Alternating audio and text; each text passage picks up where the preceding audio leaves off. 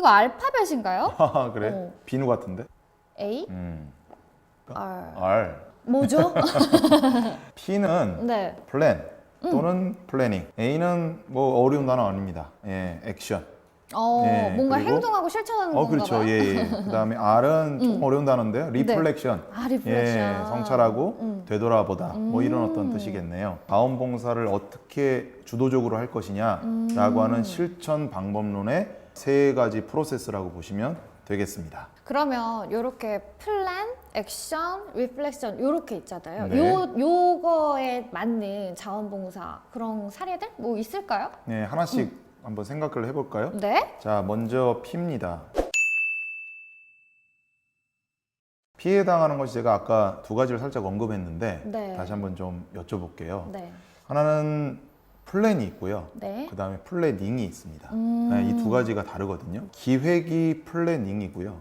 그리고 계획이 플랜입니다. 네. 그러니까 ing 차이잖아요. 네. 그러니까 먼저 기획을 한 다음에 그 다음에 계획을 해야 되겠죠. 아, 생각할 지점이 또 있습니다. 네. 하나는 목적이 있고요. 네. 그다음에 목표가 있거든요. 네. 비슷한 말인데 이걸 왜 하는지, 뭘 변화시키기 위해서 하는지에 네. 대한 목적을 먼저 고민하고 네. 그 다음에 거기에 맞게 그것을 어떻게 실현할 것인가라고 하는 목표를 세워야 되는데 네.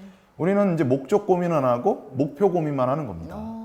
그래서 자원봉사 활동을 할 때는 네. 먼저 무엇을 할 것인가를 먼저 생각하기보다는 이걸 왜 해야 되고 뭘 변화시켜야 될 것인가를 먼저 생각하고 그 다음에 목표를 생각하는 것인데 아까 처음에 제가 기획과 계획을 얘기를 했지 않습니까? 네. 이 목적을 논의할 때는 바로 기획을 해야 되는 것이고요. 네.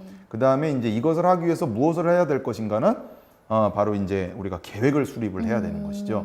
이 두 가지를 명료화하는 것. 이것이 바로 P의 가장 중요한 요소라고 볼 수가 있겠습니다. 그러면 A에 대한 네. 것도 말씀해 주시겠어요?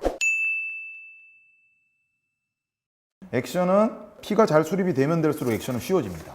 네, 목표를 잘 정하면 되거든요. 구체적 예를 들게요. 네. 이제 재개발 도시에 자, 거기다가 나무 심기 자원봉사 활동 프로그램을 한다라고 했을 때 네. 나무 심는다라고 하면 여러 가지 목적들이 많을 수 있습니다. 미세먼지가 있잖아요. 네. 그 미세먼지를 완화시키기 위해서 아니면 그 도시에는요 새로운 인구들이 많이 유입하거든요. 그러니까 관계가 서먹서먹하다고요. 그러니까 나무를 심으면서 그 관계 형성을 할 수도 있죠. 네. 아니면은 예를 들면 유실수를 심어서 잘 관리를 해서 네. 잘 수확을 해갖고 사회적 소수자나 약자들에게 기부하는. 그러니까 이렇게 목적마다 그 목표는 완전히 달라지게 됩니다. 전혀 다른 프로그램이 되는 거죠. 그래서 이렇게 목적과 목표가 잘 정렬이 돼 있으면 그 액션은 이제 쉬워지는 거거든요. 자, 그런데 여기서 유의해야 될 점이 있어요. 뭐냐면 실제로 실행을 하다 보면 이게 내가 처음에 세운 계획대로 잘 돌아가지가 않아요. 세상이 내 중심적으로 돌아가지 않지 않습니까? 자, 그래서 실행을 할 때는 천천히 그리고 꾸준히 하는 것이 중요하고요. 네. 내가 주도적으로 하는 것을 하다 보면 네. 잘 안 되거나 이렇게 이제 생각하시지 말고 그것도 하나의 중요한 데이터고 그리고 중요한 어떤 노하우를 축적시키는 어떤 바탕이다 이런 생각을 하면서 그것을 잘 기록하고 왜 안 됐는지 왜 잘못됐는지 이런 것들을 갖다 잘 반추해 보고 생각해 보는 것 이것도 되게 중요한 그게 R인가요? 그렇죠. 그렇게 연결이 되겠네요. 왜 음. 우리가 잘 안 됐고 이런 부분에서 계획대로 안 되느냐라고 네. 생각하는 것이 바로 네. R, 리플렉션, 반추해보기, 네. 다시 한번 생각해보기와 자연스럽게 연결이 되네요. 아주 그 그러네요. 지점 잘 집어내셨습니다. 그러면 좀 사례를 좀 들어주실 수 있을까요? 기획을 하기 위해서는 현장을 들어가야 됩니다. 고등학생들이 홀로 사는 어르신에게 여름철에 밑반찬 자원봉사 활동을 만들어서 전달해드리는 그런 자원봉사 활동을 한다라고 하면 이제 어떻게 기획을 할 수가 있을까? 일단 현장에 가서 홀로 사는 어르신들을 만나 뵈야 되겠죠. 홀로 사는 어르신들이 어떻게 사시는지도 한번 좀 들여다보고요. 그 다음에 어떤 여건에 사시는지 또 어떻게 고립이 되시는지 또 삶에 어떤 다른 어려운 점은 뭐 없는지 예를 들면 뭐 스마트폰을 잘 다룰 수가 없어서 위급 상황에서 전화를 못 할 수도 있는 거고 그 다음에 뭐 TV가 아예 고장나 있다든지 그 다음에 형광등이 아예 깨져 있는데 못 갈고 그냥 살고 계신다든지 이런 것도 같이 이제 보는 거죠. 우리가 밑반찬을 만들어서 전달은 하지만 이렇게 같이 말벗도 해드리고 그리고 환경도 여러 가지 또 조사를 해서 네. 그런 것들을 갖다 같이 하면 되겠구나 네. 라고 하는 이제 현장을 가봐야 여러 가지 해야 될 일감들이 구상이 될 수가 있다라고 하는 것입니다. 네. 그게 이제 P이고요. 그 다음에 이제 그걸 갖고 와서 같은 동료 학생들끼리 우리가 가진 어떤 시간, 자원 이런 것들을 갖다 고려해서 우리가 밑반찬 자원봉사를 하지만 뭐 재료를 갖고 와서 전달해서 같이 만들어 본다든지 그 다음에 형광등이 뭐 깨져 있거나 안 나온다 그러면 그거 이제 좀 일부 구입을 해서 갈아드린다든지 뭐 이런 어떤 것들을 좀 계획을 해서 네. 실천할 수가 있는 것이죠. 네. 자, 그 다음에 이렇게 실천을 한 다음에 여러 가지 것들 아까 이제 얘기했던 시행착오가 있을 수 있지 않습니까?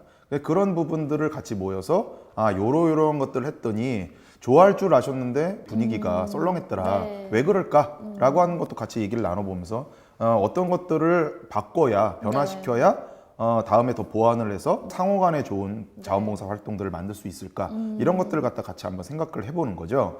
거기서는 이제 질문이 중요합니다. 평가, 리플렉션을 할 때 질문이 중요한데 무엇을 변화시켜야 좀 더 나은 자원봉사 활동이 될 수 있을까? 뭐 아쉬운 점은 무엇일까? 이 지점에서 우리가 정말 좋은 성과는 무엇이었는가? 새로운 어떤 성과를 낸 지점들은 무엇인가?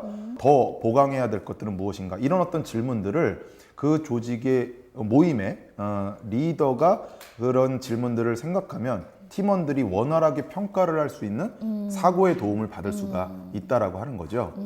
그 예를 들면 또 이렇게 사고 구조를 틀을 들여서 평가를 효과적으로 할 수 있는 방법이 있는데요.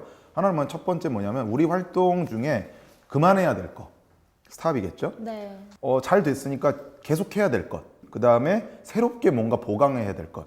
이렇게 사고 틀을 세 가지를 주어서 하나씩 집중적으로 얘기를 하는 겁니다. 네. 그래서 빼야 될 것들을 먼저 빼고 지속해야 될 것들을 지속하고 네. 새롭게 보강해야 될 것들을 보강하고 네. 그렇게 해서 다음 프로그램에 반영을 해서 좀 더 알찬 프로그램이 될 수가 있는 것이죠. 네, 제가 말씀을 좀 들어보니까 PAR 이 순서대로 좀 봉사활동을 하면서 네. 우리가 맨 처음에 네. 말씀을 해주셨잖아요. 공익성, 무보수성, 자발성 그렇죠. 이 조건들까지 다 충족시키는 그런 자원봉사를 하면 좋겠다 이런 생각이 듭니다. 네네.